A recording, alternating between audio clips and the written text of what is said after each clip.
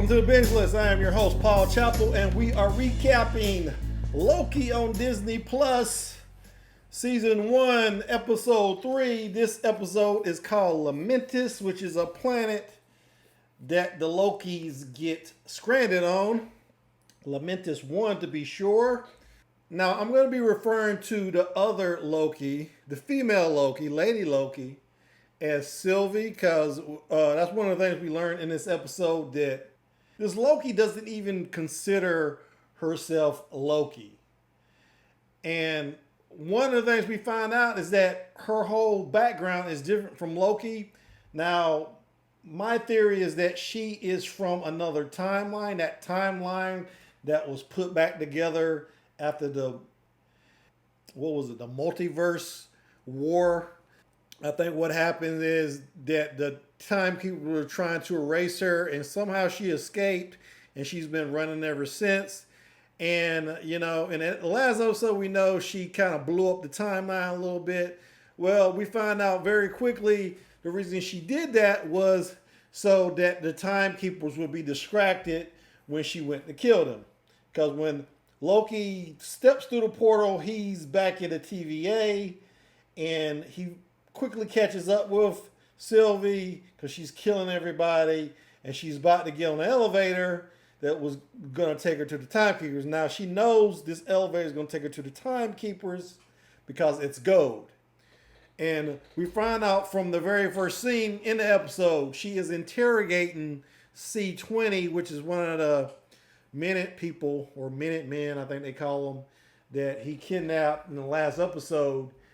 And Sylvie has put her under an enchantment, making her think that she's back home on Earth. And they're like having margaritas, and Sylvia's asking her all these questions about the timekeepers. They ask her, how many people are guarding the timekeepers, and how do you know what elevator takes you to the timekeeper. And C20 can't answer most of the questions, but she does tell Sylvie that if you take a gold elevator, it will take you to the timekeeper. So, and this is a little bit in the past. They show that when she's interrogating C20, that's when Loki and other Minutemen show up outside. So that's where we are in the timeline.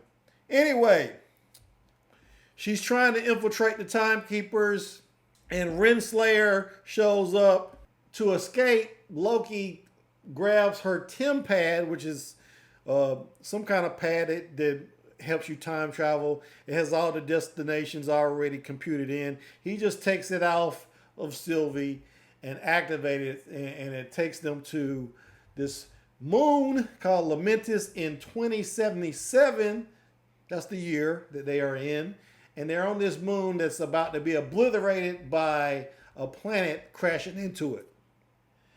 So Sylvie is trying to get the TemPad from Loki. Loki needs Sylvie because the TemPad needs to be recharged. He doesn't know how to do it. So they both need something from each other. She tells him that it needs a big power source to work. So they're walking and talking as they do in these Marvel series, and they're going to try to track down this power source. And I'm just going to say it right now. Here's my theory. Loki is going to fall in love with Sylvie if he's not already in love. There's a lot of talk about love being a dagger and all this nonsense, and they even talk about whether they have been in past relationships. And some people took this to mean that Loki is bisexual because Sylvie asked him if he's had any, dalliances. How about you? You're a prince. Must have been would-be princesses. Or perhaps another prince. A bit of both. I suspect the same as you. Now, I took that to mean that he was talking about Thor. That he had some kind of love-hate relationship with his brother Thor. I thought he was just kind of being a little bit cheeky, but everybody on the internet seems to think that he was, admitting to being bisexual. I don't remember anything in the MCU up to this point to indicate that he's bisexual. I just think people are very desperate to see somebody gay in the MCU. And I say this just because last week there was an interview that what's his name? The guy who plays the Black Captain America, Sam Wilson. Anthony Mackie, he did an interview with Variety, and they were asking him about what he thought about the fan theory that Bucky and Sam are gay, and he just kind of got pissed off, and he basically said a bunch of stuff inartfully, and I understand he was trying to say he was talking about queer baiting and how, in a lot of instances, these television shows, they try to throw these homoerotic undertones into these character situations so that people think the characters are gay when they aren't in fact gay. And that's queer baiting. That's what he was essentially saying. Like I said, but every blog you read on the internet was trying to say he was being homophobic. And he wasn't being homophobic. I think he's actually played a gay man in a movie in the past. And I know in Black Mirror, he actually had this whole thing where he was having sex with another man through virtual reality. So I don't think Anthony Mackie is homophobic, but that's where we are. Everybody's trying to make Loki gay. He may be gay. I don't know. I didn't read that whole statement that he made about princesses is to admitting that he was gay. But here we are.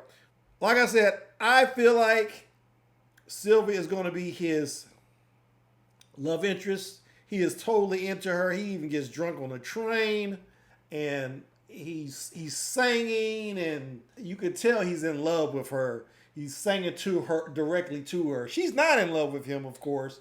She's just trying to use him. But I thought it was interesting because it's obviously being set up that way. And one of the ways we know that is because they went to great pains to make you understand that Sylvie is not Loki. She's a totally different person. She has a totally different past. When they're talking about Loki's mother, she tells Loki she never really knew her mother. Is just a kind of a blimp of a memory, I think she phrases it. So that's where we're going with the story. I think I kind of like it because let me be honest here. I find this woman very attractive. This actress, what is her name? Sophia de Martino. She's very, very interesting and seductive. And it's not because she's particularly good looking. It's not really because I find her drop dead gorgeous or anything. It's just her attitude, the chemistry she has with Loki, the fact that she's kick ass. I'm into women that can kick ass. That's just me. That's my whole thing. Also, now if you've been watching my recaps, you know that I have theorized that the Minutemen and Timekeepers and or whatever you want to call them, they're all clones. And Sylvie does confirm in this episode that all the people that work for the TVA are variants. That's essentially what I thought. Probably they were going to set it up, because here's the thing. I think that maybe these people were plucked from those timelines that the Timekeepers pruned in the past, and perhaps that over the years these people die, of course, and instead of recruiting more people, they just clone the last person, or they have a source somewhere where they store the genetic material and they just transfer the memories of this last clone into a new clone before they die. I mean, if you read a lot of science fiction, that's a big trope in science fiction about clones. One of the reasons I say they're clones is because, they have names like C20. You would only call somebody C20 if they're some kind of variant or clone. So that makes sense to me. So she's like the 20th version of this clone. Just my theory. I think I'm right. We'll see. It's not really important that if I'm not right. It's not. I don't think it's going to have a big impact on the story. But Loki does say something about none of them know that they're clones. I think they know they're clones. Maybe not. I don't know. I have to think about that a little bit.